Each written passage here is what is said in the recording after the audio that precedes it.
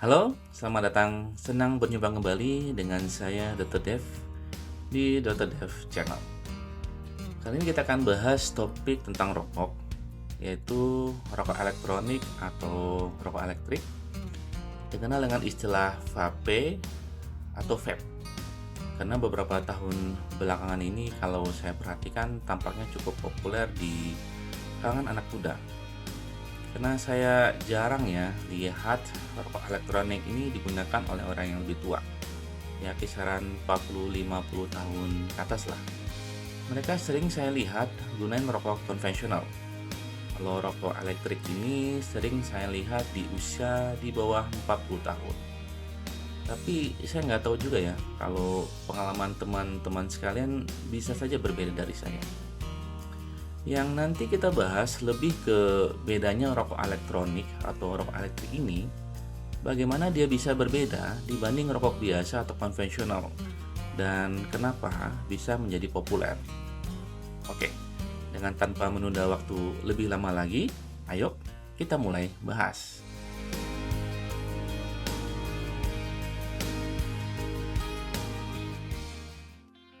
Mungkin teman-teman pernah dengar atau pernah tahu kalau vape, rokok elektronik, e-rokok, katanya itu lebih aman, nggak berbahaya, atau racunnya lebih sedikit dibanding rokok konvensional. Dia ini merupakan alternatif yang katanya lebih aman.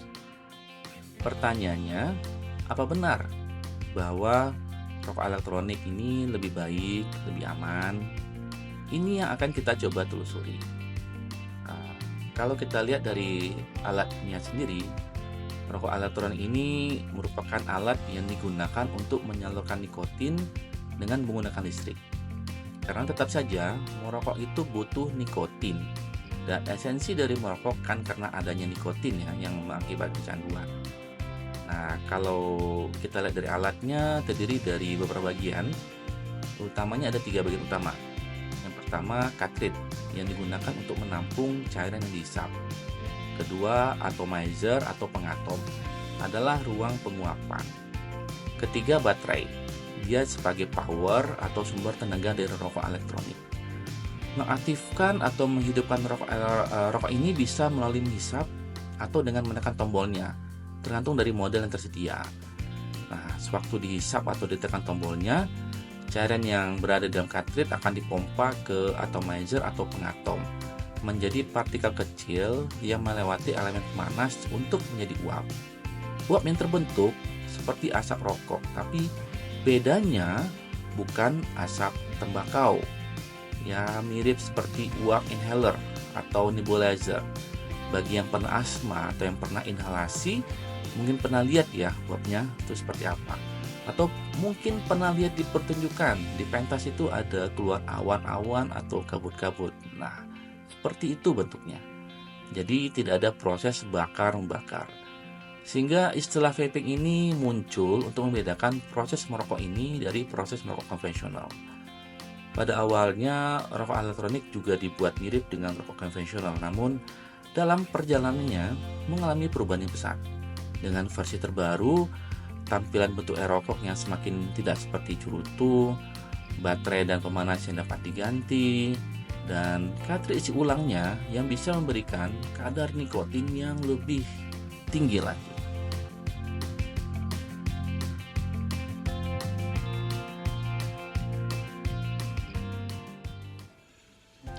Cairan rokok elektronik mengandung nikotin dan bahan-bahan lain yang berpotensi karsinogenik. Nikotin ini bervariasi kadarnya dari free atau bebas nikotin hingga nikotin kadar tinggi. Bahan kedua yaitu propylen glycol atau gliserol. Bahan ini menjaga cairan rokok elektronik tidak menguap. Karena kalau tidak ada bahan ini, belum dipakai saja sudah habis cairan kita menguap. Bahan terakhir adalah perasa. Bahan ini memberikan cita rasa saat merokok. Perasa menjadi salah satu daya tarik utama kenapa rokok ini digandrungi oleh anak muda, terutama oleh mereka yang belum merokok. Bahan-bahan logam seperti timah, tembaga, nikel, kromium, mangan, arsenik dapat ada di cairan dan uap rokok elektronik. Selain itu ada nitrosamin, bahan karbonil, besi, dan senyawa organik yang volatile. Tujuan awal dari e-rokok sebenarnya adalah membantu perokok berhenti merokok. Tujuan yang mulia, di mana dengan alat ini bisa memberikan kadar nikotin 0% atau bebas nikotin dengan tanpa rasa, sehingga diharapkan perlahan-lahan perokok dapat berhenti. Namun dengan semakin populernya alat ini mendorong produsen rokok untuk menjual e-rokok lebih banyak lagi untuk mendapatkan keuntungan ekonomis tentu saja. Dengan improvisasi seperti tadi, kadar nikotinnya bisa dibuat lebih tinggi, diberi berbagai macam rasa. Jadi apa mungkin bisa berhenti merokok jika ada godaan seperti itu?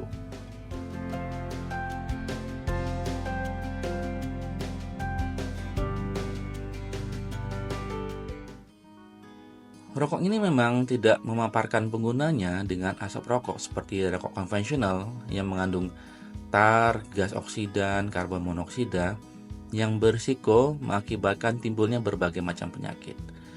Tapi tetap, rokok ini masih mengandung bahan kimia yang berbahaya. Juga masih mengandung nikotin yang bersifat adiktif, menyebabkan ketergantungan. Dan praktik isi ulang katet kosong dengan bahan-bahan yang berbeda dari bahan yang semestinya itu bisa berisiko untuk kesehatan. CDC merupakan Badan Pusat Kontrol dan Pencegahan Penyakit di Amerika Serikat melaporkan pada tahun 2019 terdapat lebih dari 2.000 kasus penyakit paru berat terkait dengan rokok ini. Sebagian besar kasus karena menghirup tetrahydrocannabinol, salah satu senyawa kimia yang ada di dalam tanaman ganja atau kanabis. Adalah senyawa psikoaktif utama yang bisa menyebabkan efek high atau euforia. Jadi selain nikotin, karena katrit ini dapat diganti-ganti isinya, perokok demikian kreatif menggantinya dengan ganja. Mungkin pernah baca berita berikut ini.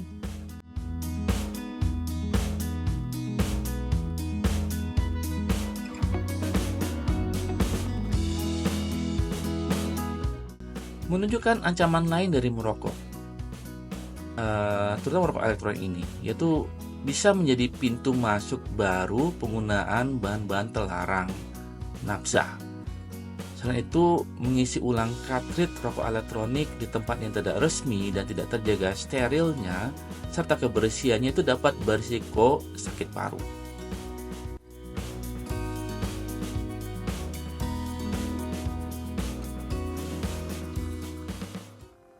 Karena ini adalah alat elektronik, jadi seperti halnya alat elektronik lainnya dapat malfungsi atau gagal bekerja. Cedera terutama akibat alatnya meledak. Dari laporan kejadian yang sering adalah saat alat disimpan di saku celana atau saat digunakan. Bisa timbul luka bakar di paha, selangkangan, wajah, dan tangan.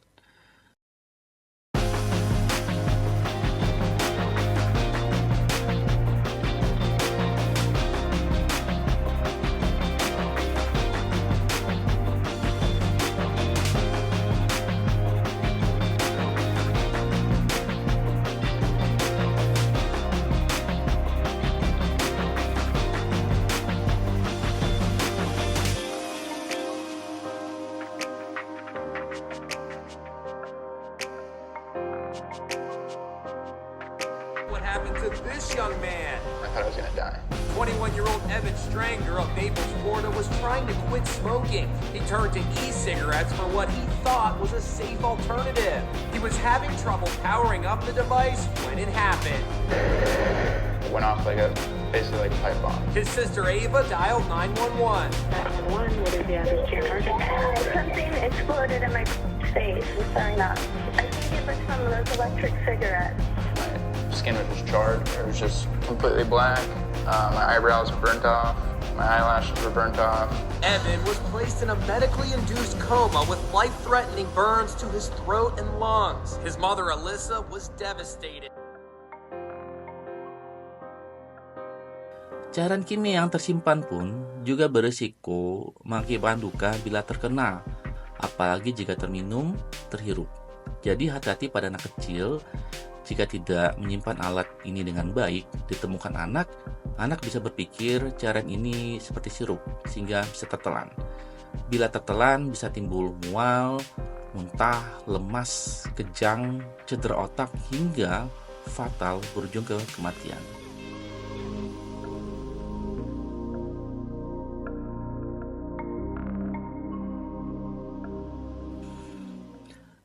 Rokok tembakau konvensional sudah terbukti menyebabkan berbagai masalah kesehatan. Informasi kesehatan mengenai rokok model ini menurut saya sudah banyak ya, dan penelitiannya juga sudah established dan jelas. Asap rokok tembakau ini dapat mengakibatkan kanker paru, penyakit jantung, gangguan pernapasan, dan berbagai kondisi penyakit kesehatan lainnya. Pada rokok konvensional dengan adanya proses pembakaran tembakau akan menghasilkan asap yang mengandung lebih dari 7.000 bahan kimia, termasuk 70 lebih zat yang diketahui menyebabkan kanker.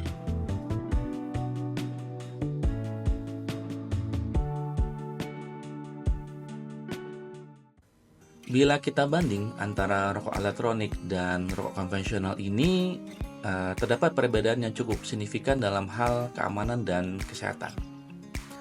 Rokok elektronik punya resiko kesehatan yang lebih rendah dibanding rokok konvensional bila kita lihat dari produksi asapnya saja, yang mengandung lebih sedikit bahan kimia. Namun ingat, tidak benar-benar bebas resiko. Resiko malfungsi alat, terpapar atau tertelan cairan rokok, dan nikotin yang bisa mengakibatkan tergantungan atau adiktif, sepertinya tingkat resiko rokok elektronik ini nggak jauh berbeda ya dari rokok konvensional.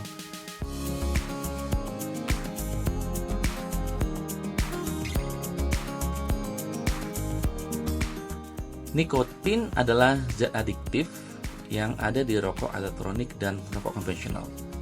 Nikotin ini merusak tubuh. Dia mengganggu sistem pernafasan, jantung, dan pembuluh darah. Selain itu, nikotin bisa mengakibatkan ketergantungan fisik dan psikologis, adiktif. Oleh sebab itu, penting kita tahu nikotin ini berbahaya. Walau rokok elektronik sepertinya kurang berisiko dari rokok konvensional, kesimpulan ini lebih karena klaim asap rokok elektronik tidak seperti asap rokok konvensional yang muncul dari pembakaran. Perlu diingat bahwa sampai saat ini, akibat atau efek jangka panjang dari rokok elektronik masih banyak yang belum diketahui. Dan kadar racun yang terbentuk serta tingkat karsinogeniknya bervariasi karena bergantung dari cairan dan alat yang digunakan. Bisa lebih rendah, tapi bisa juga lebih tinggi.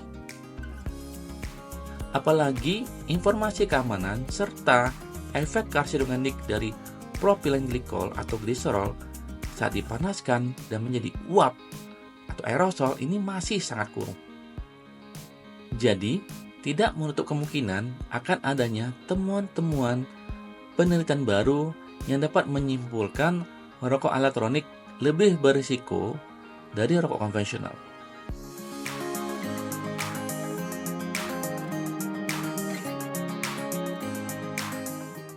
Hasil penelitian di Amerika Serikat, mereka temui peningkatan pengguna rokok elektronik di kalangan remaja, bahkan saat mereka masih berada di sekolah. Remaja menjadi target pemasaran rokok elektronik ini. Dengan daya tarik rokok ini yang mempunyai bermacam rasa yang nggak ditemukan di rokok konvensional, ya tentu saja menarik. Kita perlu perhatikan fenomena ini.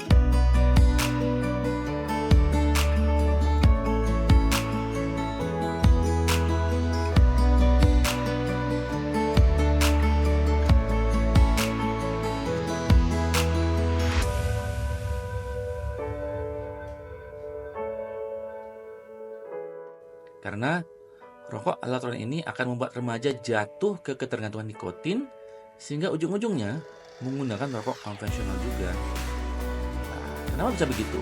Ini disimpulkan dari data penelitian.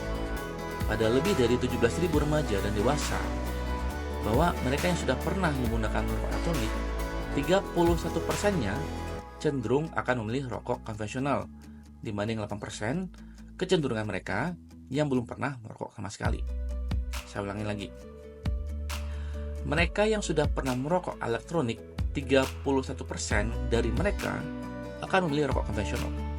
Sementara mereka yang belum pernah merokok sama sekali, 8% dari mereka akan memilih rokok konvensional. 31% berbanding 8%. Jadi, apakah rokok elektronik ini akan dapat membuat orang berhenti merokok? Masih kita sanksikan.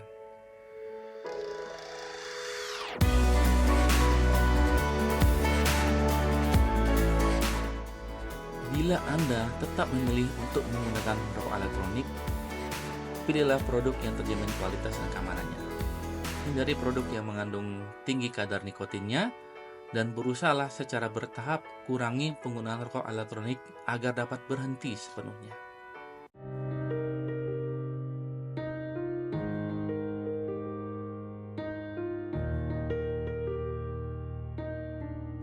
Rokok elektronik tidak dapat kita anggap sebagai pengganti yang aman dari rokok konvensional, dan tetap ada resiko kesehatannya.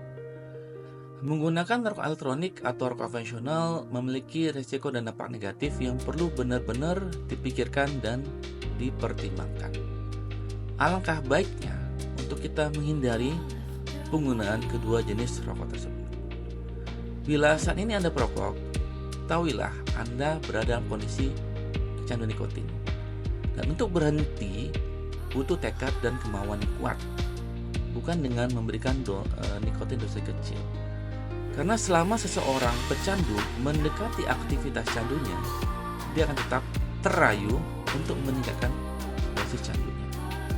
Mulailah untuk memilih hidup sehat, jangan berhenti merokok. Dan buat yang belum merokok, jauhilah rokok. Saya dengan Dr. Dev di Dr. Dev Channel. Tetap sehat, sampai berjumpa di lain kesempatan. Terima kasih sudah menonton. Semoga bermanfaat.